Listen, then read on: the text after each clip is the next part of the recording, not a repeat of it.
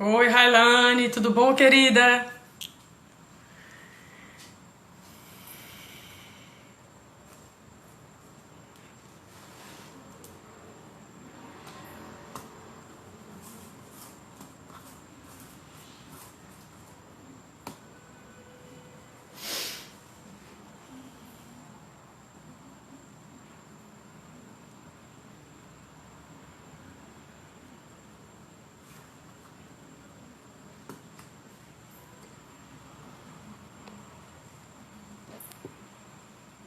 Saudades também, Railane.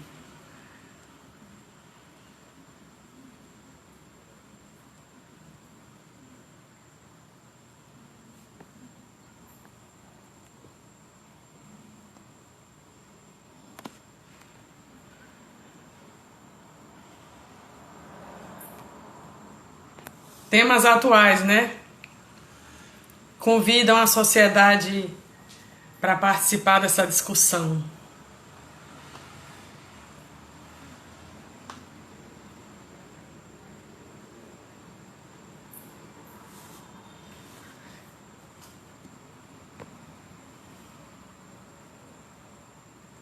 Já estou vendo aí a professora Beatriz. Só esperar ela pedir para participar.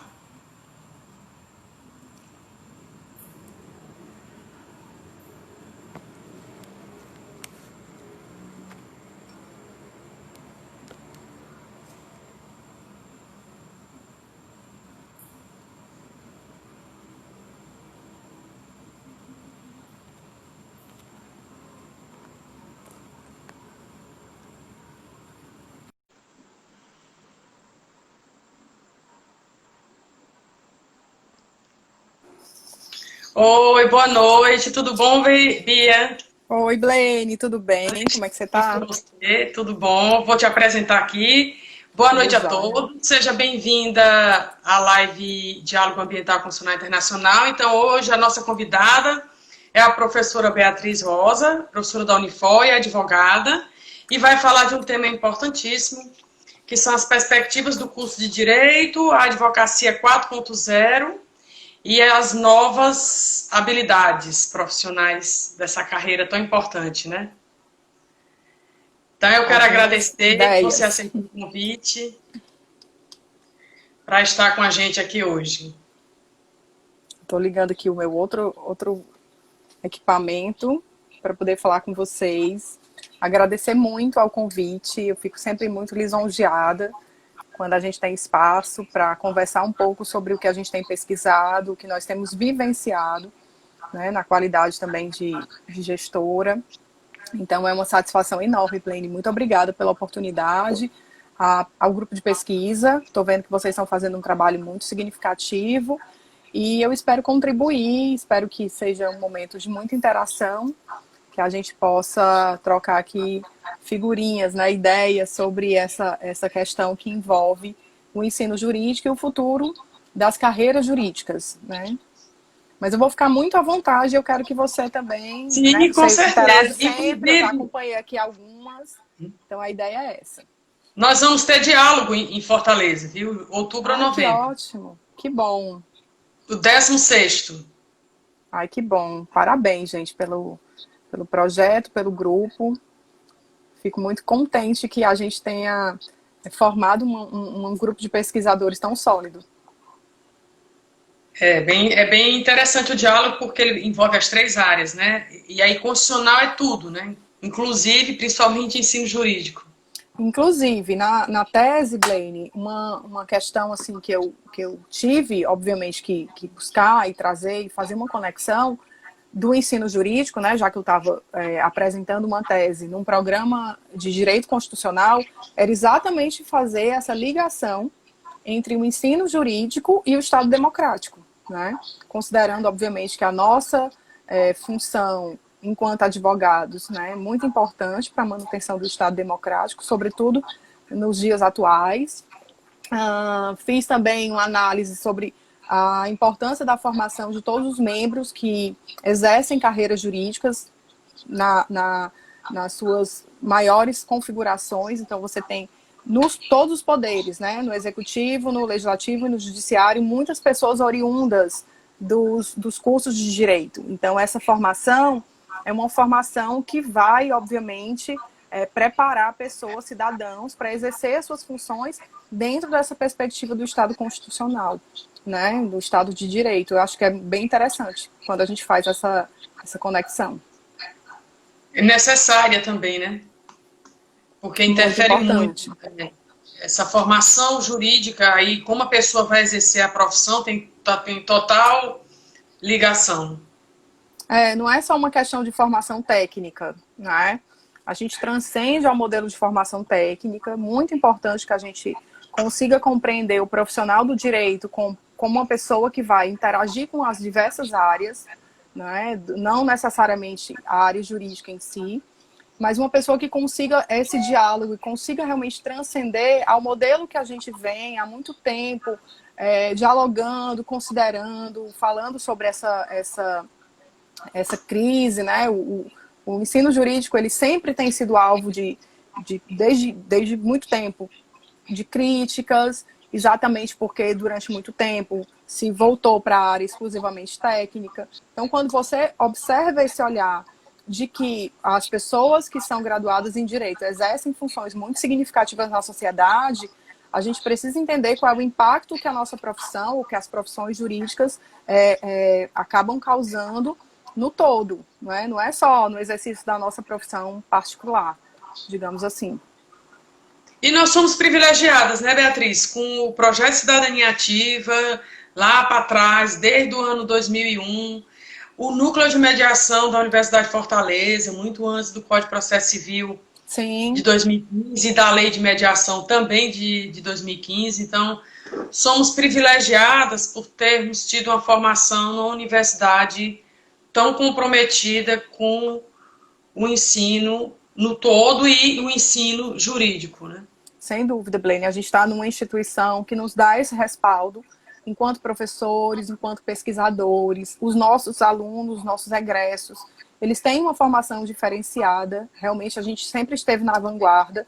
Eu posso falar como professora, mas eu falo também como egressa, porque a minha graduação foi realizada na Unifor. Aliás, toda a minha formação acadêmica é da Unifor.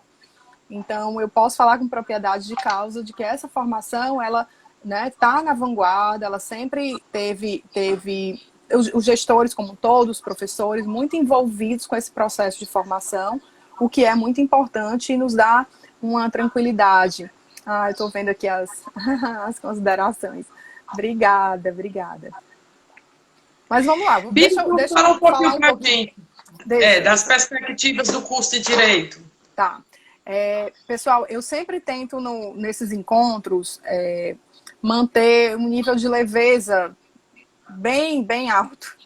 Primeiro, pelo momento que a gente está vivenciando, e segundo, porque eu acho que, às vezes, o formalismo da nossa área afasta um pouco as pessoas, tá? Então, a minha fala é uma fala despretensiosa de alguém que tá estudando, pesquisando sobre a temática há muitos anos, né? O ensino jurídico é meu objeto de pesquisa há muitos anos. Eu sou gestora educacional também há um tempo significativo, desde 2007. Então, assim, já tive a oportunidade de perpassar em várias áreas da gestão. E isso, eu acho, traz para a gente, essa experiência, traz para a gente uma possibilidade da gente dialogar, obviamente, tecendo algumas considerações que são pertinentes, mas também tentando encontrar soluções viáveis, né? Porque muitas vezes a gente observa que as pessoas tecem críticas, mas elas não conseguem avançar no modelo ou em algum tipo de projeto que possa ser implementado. Então, muitas vezes, o que é que a gente percebe? Que até existe boa vontade, mas que a gente não consegue avançar na implementação, isso de uma forma geral, dentro das instituições que eu tenho pesquisado, que eu pesquisei para realizar a tese. Então, o que é que a gente percebe? Que esse modelo de formação técnica, ele se retroalimenta pelas dificuldades que cada uma das instituições apresenta, né? Às vezes até a cultura do alunado, dos docentes. Então, o que a gente vivencia hoje, nessa perspectiva do que a gente chama, né, de advocacia 4.0, de habilidades para o século XXI, nada mais é do que uma situação na qual nós estamos inseridos enquanto seres humanos, enquanto profissionais da área jurídica, nesse complexo modelo global. Então, veja só, hoje o que se espera de um profissional do direito é diferente do que se esperava há um tempo, né? Só que as mudanças que a gente tem vivenciado, elas estão sendo muito céleres, né? Essa revolução, né, que todo mundo tem nomeado e conceituado como Revolução 4.0, é a revolução que tem sido associada à tecnologia. E por isso que há um crescimento, uma mudança exponencial nas relações que se tornaram mais complexas, nas relações humanas, né? Enquanto a globalização, os efeitos econômicos. Então, a gente vê toda uma mudança de estrutura na nossa vida em sociedade. E isso acabou impactando as profissões jurídicas também. E aí, que impacto é esse? Hoje nós precisamos ter respostas diferentes para problemas diferentes, né? E aí, só a perspectiva técnica ela já não é mais suficiente para responder a essas indagações. Então, quando eu comecei a minha pesquisa, há alguns anos, nós começamos a perceber o impacto da globalização nas relações, o impacto da tecnologia nas relações que passaram a ser estabelecidas e nas respostas que nós precisamos apresentar enquanto profissionais. E aí eu vou focar um pouco mais na área da advocacia, porque uma parte desse estudo trabalha com profissionais liberais, muito embora os tribunais eles já estejam buscando o aperfeiçoamento das suas relações tecnológicas, inclusive bem avançados, né? Nós temos o STF com o Robô Vitor, com a inteligência artificial já atuando, a Advocacia Geral da União também com o sistema Sapiens. Então, já há todo um movimento nesse sentido. E a gente começa a perceber que, muitas vezes, a nossa formação técnica e vanguardista que tivemos, ela precisa ser aprimorada, né? O que se fala muito na educação e na perspectiva de educação mundial é o aprendizado ao longo da vida. Antes, nós tínhamos a ideia de que nós iríamos nos formar, e aquela formação, ela precisaria de pílulas de atualização, o que não é verdade. Essa complexidade que eu mencionei há pouco, ela requer que a gente esteja muito antenado com todas as notícias, com uma enxurrada de informações a cada minuto. Então, é uma nova forma de se relacionar. Então, um conhecimento que é meramente técnico e não consegue acompanhar todas essas mudanças, ele vai colocar esse profissional numa situação desvantajosa, porque ele vai ficar preso em um modelo em que ele não consegue avançar para trabalhar com essas habilidades que hoje estão sendo apresentadas, né? Não são por mim, são por consultorias, né? Como a Deloitte, como uma pesquisa realizada pelo Fórum Mundial Econômico, que aponta que habilidades são essas e por que nós precisamos nos adaptar. Então, quem trabalha, por exemplo, hoje num jurídico interno, sabe que o advogado que está no jurídico interno, ele não está só respondendo às demandas técnicas. Muitas vezes ele está assumindo funções de compliance, né? Assumindo algumas áreas de governança corporativa, funções de conselheiro, né? Que antes não eram tão comuns à área jurídica. Hoje nós vemos que profissionais da área jurídica estão assumindo postos de gestão. E essas habilidades de relacionamento com pessoas, de comunicação, né, de solução de conflitos, que a gente já fala, né? Por exemplo, você citou que a gente já tem já temos no EPJ há muito tempo consolidado o nosso núcleo. E que bom que a gente saiu nessa vanguarda, porque hoje uma das habilidades mais requeridas pelo mundo, não é só pelo mercado, né? Porque às vezes as pessoas falam, olha, você está focando só no mercado? Eu disse, gente, as pesquisas, elas têm esse condão, né, de observar uma perspectiva da ótica do mercado. Mas quando você vai observar a nossa função enquanto profissional da área, a gente percebe o quão é importante um advogado, um profissional da área jurídica, desenvolver, por exemplo, a habilidade de negociação diante de todo o cenário, principalmente do cenário atual, né? Quantos de nós estamos realizando atividades de negociação, de conciliação, por conta de contratos que não podem mais ser cumpridos, como foram previstos inicialmente, não é?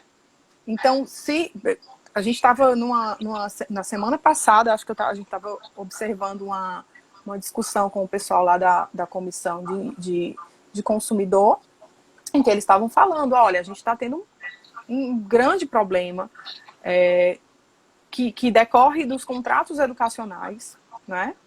Por conta da discussão na prestação de serviço, que é uma questão muito latente da atualidade que nos envolve enquanto gestores, enquanto profissionais da área, né? Vários outros contratos de prestação de serviço que também foram prejudicados, né? Eventos, festas. Então, como é que o consumidor ele vai procurar o auxílio jurídico e se a orientação for exclusivamente a demanda processual? Será que a gente vai conseguir resolver realmente o problema do nosso cliente? É uma pergunta, é um questionamento que eu sempre faço. Às vezes a tutela jurídica é imprescindível, é necessária. Mas será que vai encontrar nesse contexto o melhor caminho? Né? Então, se a gente não tem essa possibilidade de nos compreendermos dentro dessa realidade, a gente fica preso a um modelo que está fadado realmente a um insucesso, né? Então, eu estou abrindo aqui, gente. Se vocês quiserem ir fazendo algum tipo de interação, fazendo algum questionamento, estou vendo aqui que tem pessoas fantásticas que também estudam a temática há muito tempo, profissionais muito queridos, colegas muito queridos, que estão aqui prestigiando a gente. E você também, Blaine. Já fico, assim, sempre muito à disposição para a gente fazer algo bem interativo. Com certeza. Bia, o que é que você falou aqui em tecnologia, né? Sim. Eu fiz uma live há poucos dias sobre inteligência artificial e eu sei que algumas OABs estão se empenhando, né, oferecendo cursos, mas a gente sabe que o profissional liberal ele tem uma dificuldade muito grande, né? Porque ele não tem necessariamente aquele prolabore mensal. E como é que você enxerga isso para os novos advogados? De que forma isso poderia ser mais estimulado para eles, né? Porque a gente está vendo muito latente, que foi a live com o Horácio Vanderlei, ele chamou até de massacre a questão das aulas virtuais para alunos da classe D, E, F, aquela classificação econômica. E aí, realmente, essas pessoas estão sem aula. Trazendo isso para a advocacia, no caso das tecnologias, porque o outro lado da moeda é a gente ver, até a própria CAASSE, as dificuldades que tem de disponibilizar benefícios para os advogados. Como é que você acha que os jovens recém-graduados e que passaram na OAB vão conseguir enfrentar? Será que deveria haver um projeto de financiamento? Porque tecnologia é uma coisa cara. Existe uma... Eu não nego o lado fantástico dela, mas ela é cara. É claro. Certo. Dois pontos super interessantes na sua fala. Primeiro, já que a gente colocou aqui que uma das propostas da gente era falar sobre o ensino jurídico, né, sobre os desafios que a gente vai enfrentar, esse é um. Né? Até pouco tempo, nós nem discutíamos o ensino virtual para o direito. Né? Isso era uma demanda que bandeiras levantadas dizendo de jeito nenhum, a gente não aceita, isso não é possível, mas a gente está fazendo. A gente está fazendo nesse momento. E a gente teve que se utilizar desse recurso, porque era o único recurso que nós tínhamos. Óbvio que isso aí está sendo feito de uma forma emergencial, não é? Não foi programado para acontecer desse jeito, você sabe muito bem, porque é gestora educacional há muitos anos e é uma estudiosa da área. Todo um planejamento pedagógico que a gente faz, quando a gente vai fazer o desenho curricular, ele prevê como é que vai ser o curso, se ele vai ser presencial, se ele vai ser à distância, se ele vai ter algumas inserções à distância, né? Então, durante, digamos assim, desse momento do design, a gente começa a lapidar essas questões. E a gente se deparou com uma situação que falou, vai, né? E foi de uma semana para outra.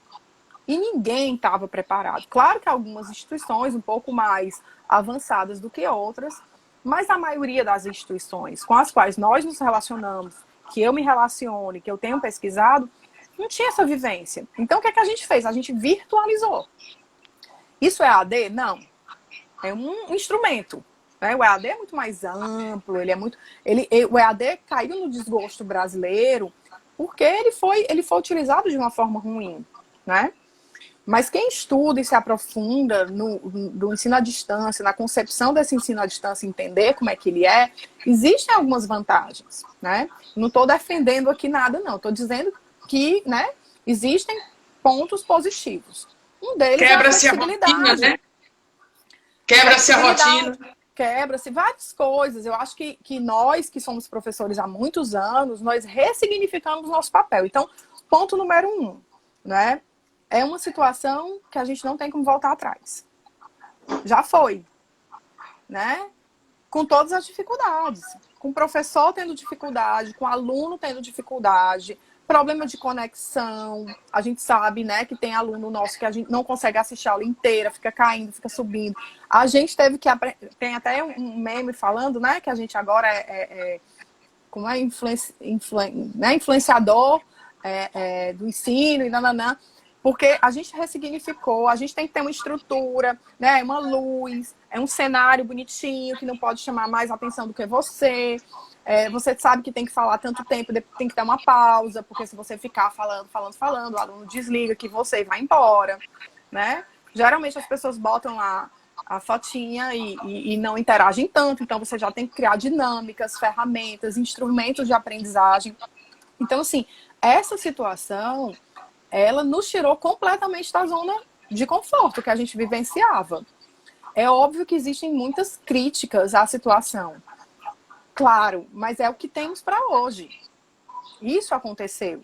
E aí, diante do que aconteceu, a gente vai ter que pensar para onde é que nós vamos? Como é que nós vamos? Então, esse é o primeiro ponto. Eu já vou te falar do custo dessa tecnologia. É uma situação que a gente não tem mais como voltar atrás. Ponto número 2. As diretrizes curriculares nacionais, eu estava pegando aqui só para colocar para vocês, o artigo 3º, né? Todo mundo já conhece essas diretrizes, né? Tem um livro fantástico do professor Horácio, que eu vi que faz parte aqui do Diálogos. Eu sou muito fã dele, muito fã do trabalho que ele desempenha há muitos anos sobre ensino jurídico. É realmente uma pessoa, assim, a quem nós devemos todas as deferências e referências, porque já tem estudos muito aprofundados e de muitos anos. Você publica a tese e ele faz o prefácio. Vai ser, nossa, uma grande honra para mim, viu? Ele é muito fantástico. Toda vida que eu tenho condição de me encontrar com ele em algum evento, alguma coisa assim, faço questão. No último Comped que eu tive lá em Porto Alegre, ele estava, nós nos encontramos, ficamos na mesma sala, foi uma maravilha. É sempre bom ouvir pessoas com esse, né? Toda essa experiência, essa bagagem que ele tem e de considerações muito próprias, muito, né? Então, esse livro dele, eu me lembro que saiu ano passado, eu estava fechando a tese, eu liguei para a editora e falei, me manda, por favor, porque é muito importante. E ele faz as considerações que são fantásticas e eu tenho certeza que ele já teve a oportunidade de estar com vocês e estará de outras vezes também aqui e a gente vai estar se deleitando com a fala dele. Mas a resolução, que ela é do final, né, dezembro de 2018, ela dá um prazo aos cursos para que eles passem a conceber essas habilidades no artigo 3º, e aí coloca. No geral, quando a gente olha para a resolução de 2004 e para a de 2018, a gente observa que, claro, métodos participativos, né, foram muito falados, até porque a professora Adriana Ancona esteve muito à frente também das discussões, né, que é uma professora da Fundação Getúlio Vargas, a diretora do curso de Direito, enfim, incrível também, tem muitos artigos e publicações na área. E aí a gente fala de métodos, mas fala de tecnologia. Que tecnologia é uma habilidade. E que os cursos vão ter que começar a trabalhar, se é que já não trabalham, essa habilidade com esses profissionais. E aí, Beatriz, define essa tecnologia. Gente, é a gente saber realmente como se portar no mundo virtual. E eu digo isso porque antes, Blaine, de tudo isso acontecer, muitas pessoas já faziam live. E já faziam aula, sabe? Muitos colegas professores montaram negócios assim, né? E eu confesso a você que eu nunca tinha explorado. Né? Eu já ministrava aula em laboratório. Olha que bacana. Inclusive, então, uma disputa com o curso de engenharia, encontrar o laboratório disponível. Mas eu ensino agora a gente vai precisar. Viu, Bia? Eu ensino Mono 1, o aluno faz o projeto de monografia comigo na sala. Então, todas as aulas, eles iam até março para o laboratório, eu corrigia lá. Então, toda aula, algo era feito do projeto. A capa, no primeiro dia de aula, a gente já faz a capa. E a folha de rosto. Que eu até brincava dizendo, olha, coisa que você não tem autonomia, vamos fazer logo. Eu até brincava, professora, posso botar a mini na capa? Eu disse, não, a capa é do jeito que a instituição determina. Então, vamos logo fazer. Você disse para sua mãe, ainda brinquei no carnaval, que já tem o arquivo do projeto. Tinha a capa e a folha de rosto. Mas não deixa de ser. Na live eu nunca tinha feito. Pois é, para muita gente foi, vamos fazer, tem que fazer. Eu me deparei com isso como gestora, então parei com a equipe e falei assim, e agora? Como que a gente vai fazer? Porque isso também impacta em formação de professor. Né? E a gente tem que ter essa responsabilidade. E a gente fez e está fazendo ainda. Mas hoje, por exemplo, os meus coordenadores, eles ficam acompanhando para dar o suporte ao professor. Né? Com o público da pós-graduação, ele tem um perfil. Né? Enfim, então a gente também tem pontos positivos e algumas dificuldades também para partilhar. A gente não pode só contar a vantagem, que o pessoal fica vendo algumas pessoas só... que tá tudo maravilhoso, tá tudo lindo, e não é bem assim. Né? Nós temos alguns fatores dificultadores. Mas aí o artigo 3º, ele fala disso. Ele fala da formação e da visão crítica, tudo aquilo que a gente já via lá na resolução de 2004, mas depois ele vai esmiuçando e fala, tecnologia. E aí, tecnologia, gente, é tudo. É a gente saber que hoje um computador, uma inteligência artificial, um robô, ele vai fazer uma contestação em 3 minutos. 3 minutos. Beatriz, mas é um copia e cola. Um copia e cola. Isso vai servir muito para a advocacia em massa. Mas é uma realidade. É a realidade, por exemplo, que os profissionais recém-formados vão enfrentar. Mas ela é de todo ruim? Não, ela vai facilitar. Então, vamos lá. Quais são as questões que a gente precisa enfrentar? Primeiro que os cursos de direito, eles vão ter que se ressignificar. Porque agora é impossível a gente não discutir. Se vai ser implementado ou não, aí eu não posso dizer. Mas discutir sobre uma possibilidade de ensino híbrido está na pauta. Que é o que o professor Horácio defende. Então, ele entende que nenhuma disciplina, deve ser 100% EAD. E ao passo que ele entende que qualquer disciplina pode ter um percentual da carga horária em EAD. E aí eu corroboro com a teoria dele, como pedagogo. Porque eu acho assim que nem eu substituo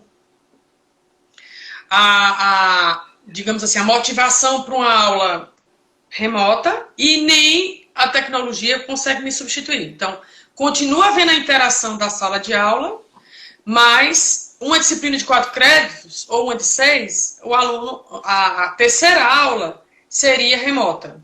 É porque algumas coisas, Blaine, como a flexibilidade de você poder estudar na hora que cabe no seu dia, né? E isso aí as pessoas começaram a perceber. O fato de a gente estar fazendo aula síncrona, que é ao mesmo tempo, permite essa interação, que era uma grande crítica que se fazia às aulas assíncronas, que também tem o seu valor. Então tem um momento que você vai assistir a um vídeo, tem um momento que você vai né, uma videoaula e tal. Tem gente que, né, os nativos da tecnologia, eles se adaptam mais rápido. Nós que não somos tão nativos assim, levamos um tempo para nos conectarmos. Mas existem algumas vantagens do ensino remoto. Isso é fato. E isso vai ser colocado na balança agora. Então, esse é um ponto que a gente precisa, de fato, trabalhar. Ponto número 2, nós precisamos implementar, além dessa habilidade da tecnologia, como eu falei para vocês, existe um relatório, uma pesquisa que foi feita pelo Centro de Ensino, Pesquisa e Inovação da FGV São Paulo. Eu sou pesquisadora voluntária lá. E no final do ano passado, depois eu posso colocar para os interessados, mas se vocês colocaram CEPI, CEPI, FGV São Paulo, lá eles né, foi realizada uma pesquisa em que vários escritórios de advocacia foram pesquisados e foram observados como é que a inteligência artificial, como é que a tecnologia estava sendo implantada nessas grandes bancas, né? Então, realmente, os escritórios mais abastados, que tinham mais recursos, eles conseguiram migrar mais rápido, porque é caro a tecnologia que você estava falando antes, né? A inteligência artificial agora, ela não é tão acessível, né? Os robôs, digamos assim, eles não são baratos. Então, quem vai se utilizar agora são realmente aqueles que possuem maiores recursos. Mas já já isso se populariza. E aí, nesse caminho, a gente começa a perceber um nicho para os advogados que até então não existia, que são as startups ligadas à área jurídica. Tem uma associação lá em São Paulo, a BL21. É uma associação de startups e para soluções jurídicas. Então, vários advogados hoje são empresários da área jurídica. Estão encontrando soluções para questões que envolvem os fluxos processuais. Então, hoje, quando você fala sobre isso, você percebe que o leque para a advocacia, ele acabou sendo ampliado. Hoje a gente tem os engenheiros jurídicos, digamos assim, os arquitetos jurídicos, que são as pessoas que vão montar esses softwares para dar essas soluções. Porque não adianta você entregar só na mão de uma pessoa de tecnologia, né? Hoje nós temos outro ponto também que está sendo muito demandado, que é a Lei de Proteção de Dados. É outro leque de oportunidades. Então, a gente vê vários colegas empreendendo nessa área, com as suas empresas, com as suas startups. O advogado, ele é um profissional liberal e ele é um gestor. É o gestor do seu negócio. Ele tem que começar a se perceber dessa forma. Que antes a gente não tinha essa percepção, né? E aí, se eu estiver falando demais, tu vai me dizendo aqui o tempo, porque eu sei que a live tem tempo. Né? Porque eu me empolgo e aí eu vou falando. E a tecnologia, quando eles fizeram essa pesquisa, eles começaram a perceber isso, que os escritórios menores, eles não conseguiram aderir, porque é caro, mas que, como há uma difusão muito grande dessa tecnologia entre essas startups, isso e a tecnologia avança muito rápido, essas soluções vão sendo apresentadas muito rápido, já já isso aí vai acabar entrando num patamar em que se torna mais acessível a todo mundo. Aí qual é o impacto disso? É que antes nós tínhamos muitos advogados, principalmente os de início de carreira, realizando atividades extremamente burocráticas, né? E que a inteligência artificial vai começar a fazer. Trabalhos repetitivos, busca de jurisprudência. Hoje existem softwares que eles, além de dizer qual é a probabilidade de você vencer, inclusive, porque ele analisa o número de julgados daquele determinado magistrado, daquele determinado tribunal. Ele prepara uma peça que vai otimizar o tempo dessas pessoas. Beatriz, então a gente vai entrar num movimento em que as teses vão se tornar mais rasas, né? Vai ser copia e cola, não é isso que eu estou falando do inverso. A tecnologia, tem um texto fantástico da professora Marina Pfeffenbach, que vai estar comigo na quarta-feira, no outro momento como esse, que ela coloca, né, uma determinada situação, falando, não, a tecnologia, ela vai permitir que o advogado, que sempre exerceu um papel de formulador de teses, tenha mais tempo para pensar. E aí eu entro nas habilidades profissionais para o século XXI. Solução de problemas complexos. O advogado, ele ter essa capacidade de solucionar problemas complexos, encontrar soluções que não foram pensadas, né? O estímulo a essa criatividade que muitas vezes foi podada na nossa formação. Por quê? Porque durante muito tempo nós só focávamos aonde? Nos manuais, nos códigos. Então, aqueles advogados que nós sempre admiramos, né? Os autores de obras, de tese, eram pessoas tão inatingíveis.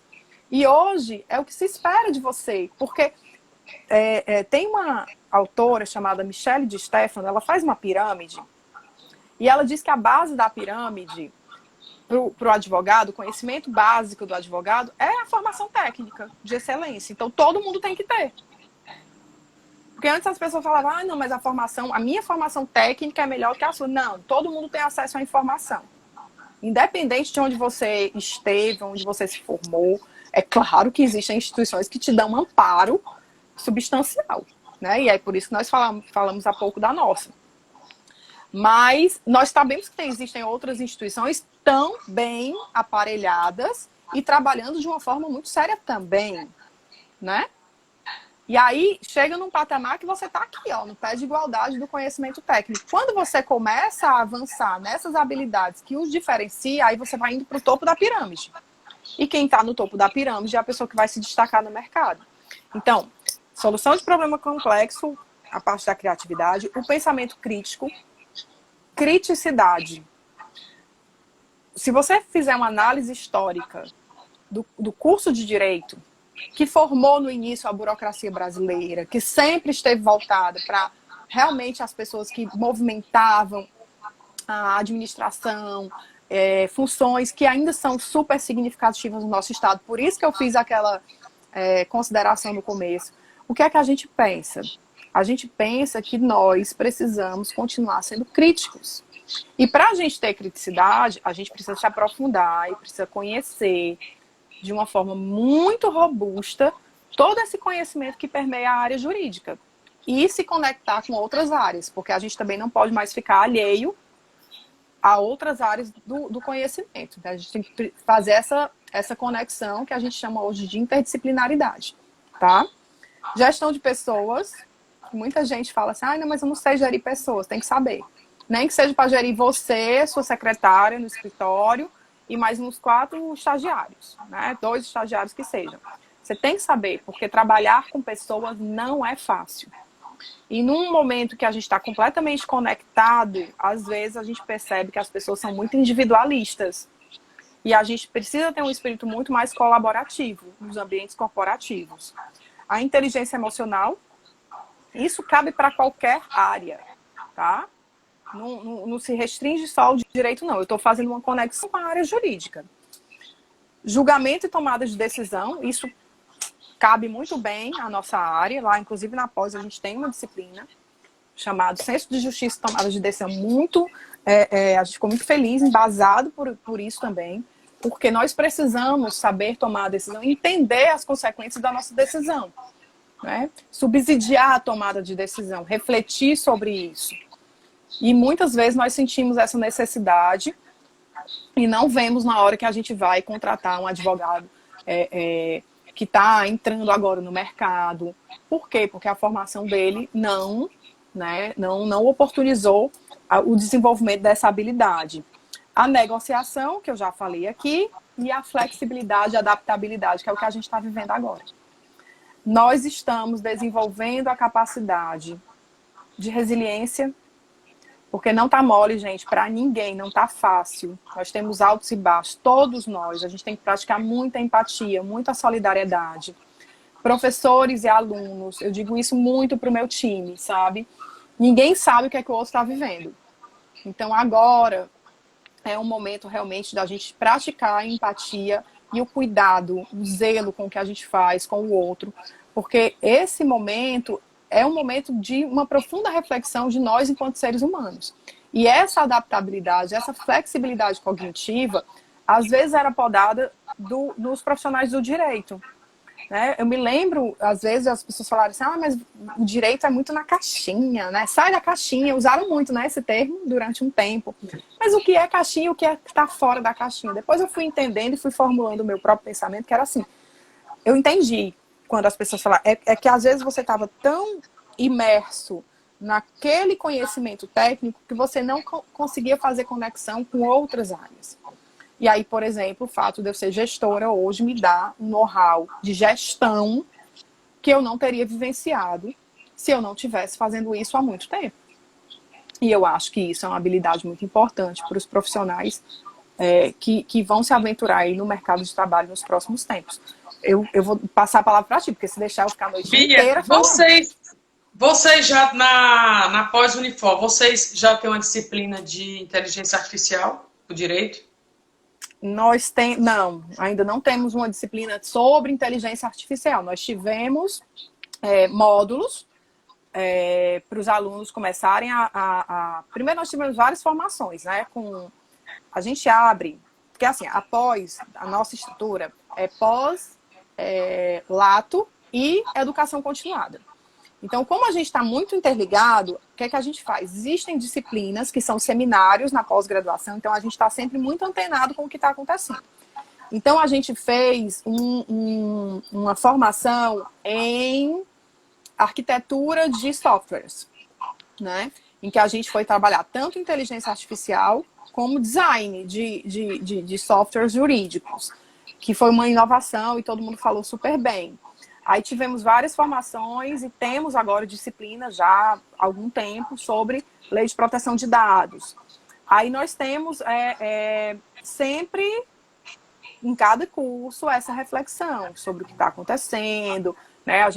Eu e a equipe inteira que tem formação, a gente acaba trazendo incorporando um pouco dessa situação, trazendo essas informações para que as pessoas entendam o que está acontecendo nesse movimento, porque ele é muito forte no Sudeste e agora no Nordeste é que ele está chegando, né? A gente está ouvindo falar mais, as pessoas estão falando mais.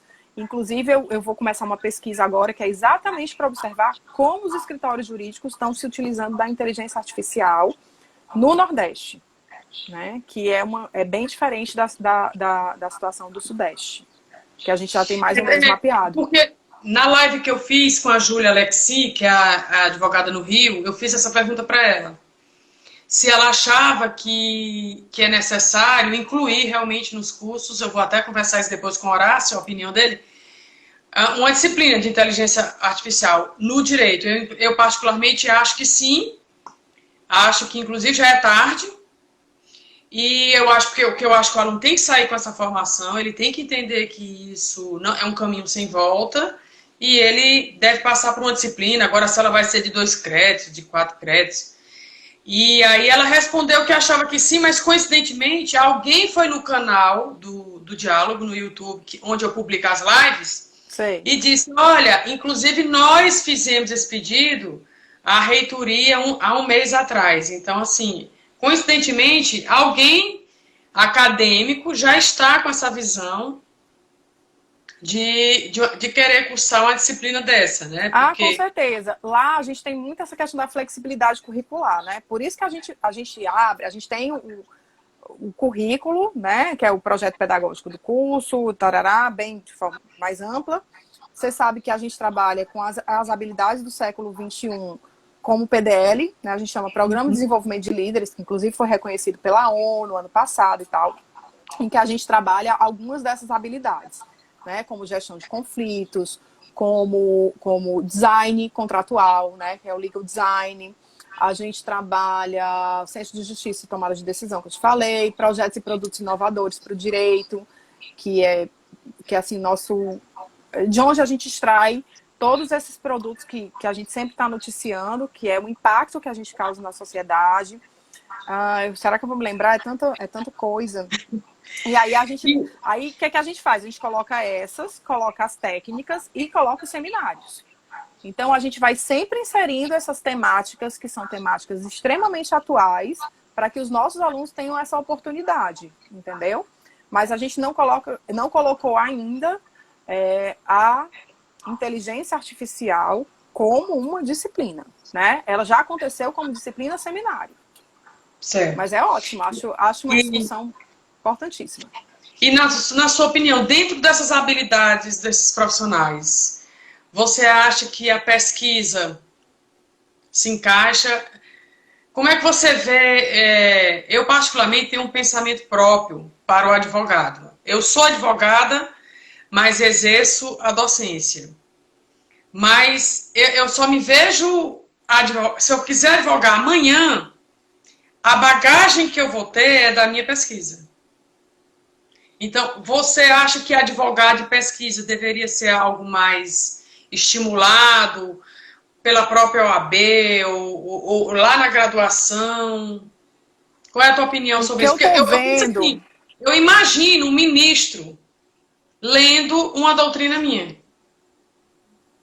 Se eu advogasse, né? Claro. Se ele vai ler minha doutrina como pesquisador, eu não sei, lá de meio ambiente, mas eu exercendo a advocacia, eu sendo citada como advogada, sendo citada em petições que eu mesma elaborei. Como é que você vê a advocacia e a pesquisa, sua opinião? Foi o que eu te falei, né? Eu acho que o perfil do advogado que a gente espera é esse, é o formulador das teses. Então, para você chegar nesse nível, tem que ter um conhecimento muito robusto, tem que ter uma bagagem muito sólida, né? Porque a discussão antes era assim, não, é porque a tecnologia vai tomar o nosso lugar. Não, ela vai dar mais tempo para a gente. É claro que algumas vezes vai ser cruel mesmo, algumas pessoas não vão ter postos de trabalho porque a tecnologia foi lá, mas também, à medida que se fecham algumas portas, outras estão se abrindo para os profissionais do direito, né? Então, um campo que tem sido permeado por pesquisa é a jurimetria. Então, hoje, pesquisas, né, baseadas em dados, pesquisas baseadas em evidências, né? Você que é uma pesquisadora já muito conceituada sabe que hoje, por exemplo, as nossas últimas publicações, elas trazem dados. E quando eu estive lá no Comped, em que a gente estava conversando, as pessoas querem saber de dados. Elas querem saber qual é o impacto dessa pesquisa, né? Então, eu acho que a pesquisa, ela está se colocando como uma atividade imprescindível aos profissionais da área jurídica.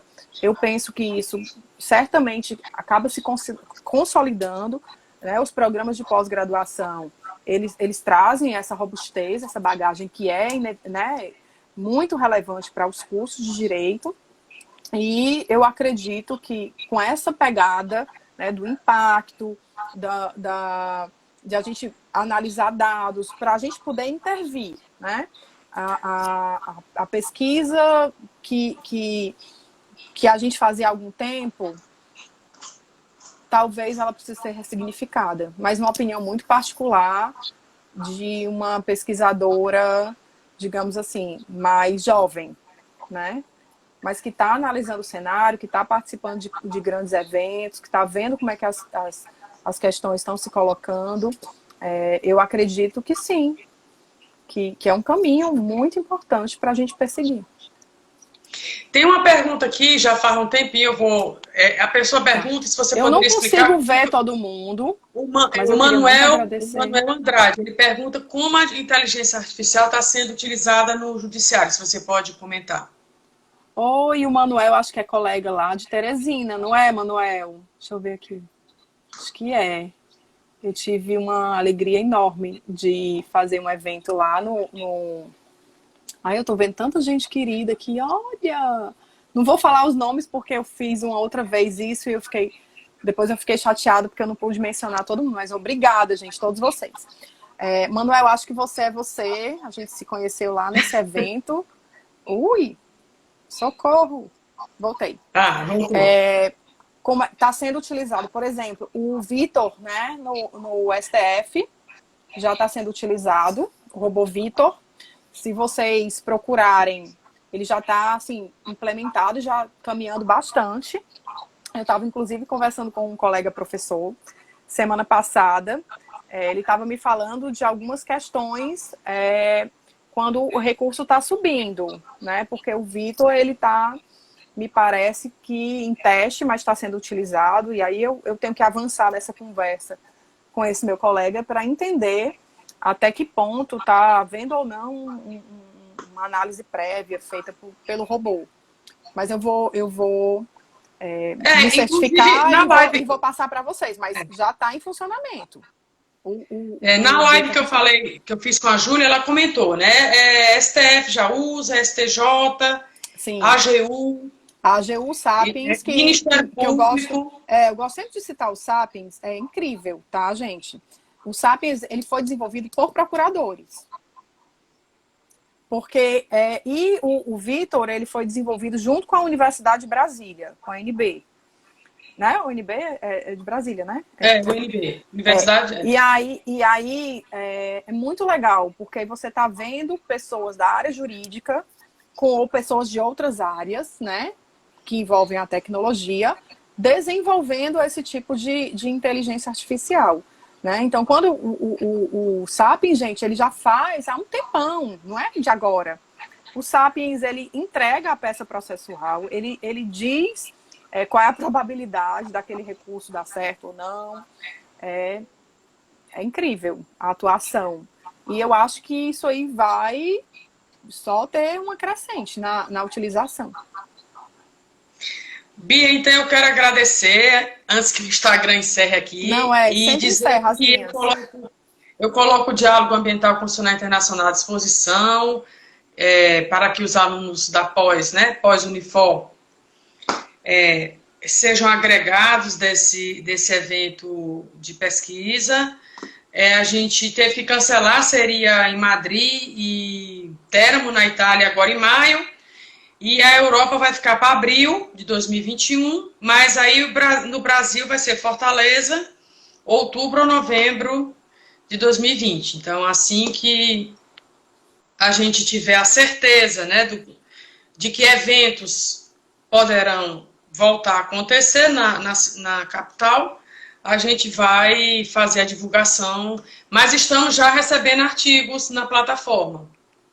Que maravilha, Blaine. Parabéns, viu? Parabéns mesmo para vocês. Acho que esse movimento, ele nos posiciona mais uma vez como referência.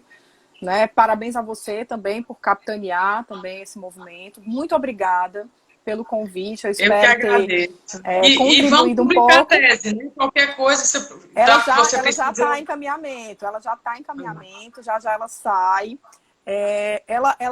Já estou trazendo algumas ideias novas do final do ano para cá. A gente tem pontos bem significativos. Eu vi alguns questionamentos aqui, inclusive sobre a questão da capacitação docente, que a gente vai precisar abordar um pouquinho. Esse novo normal que a gente está vivenciando, o impacto disso. Talvez eu traga alguma coisa para fazer um fechamento da obra.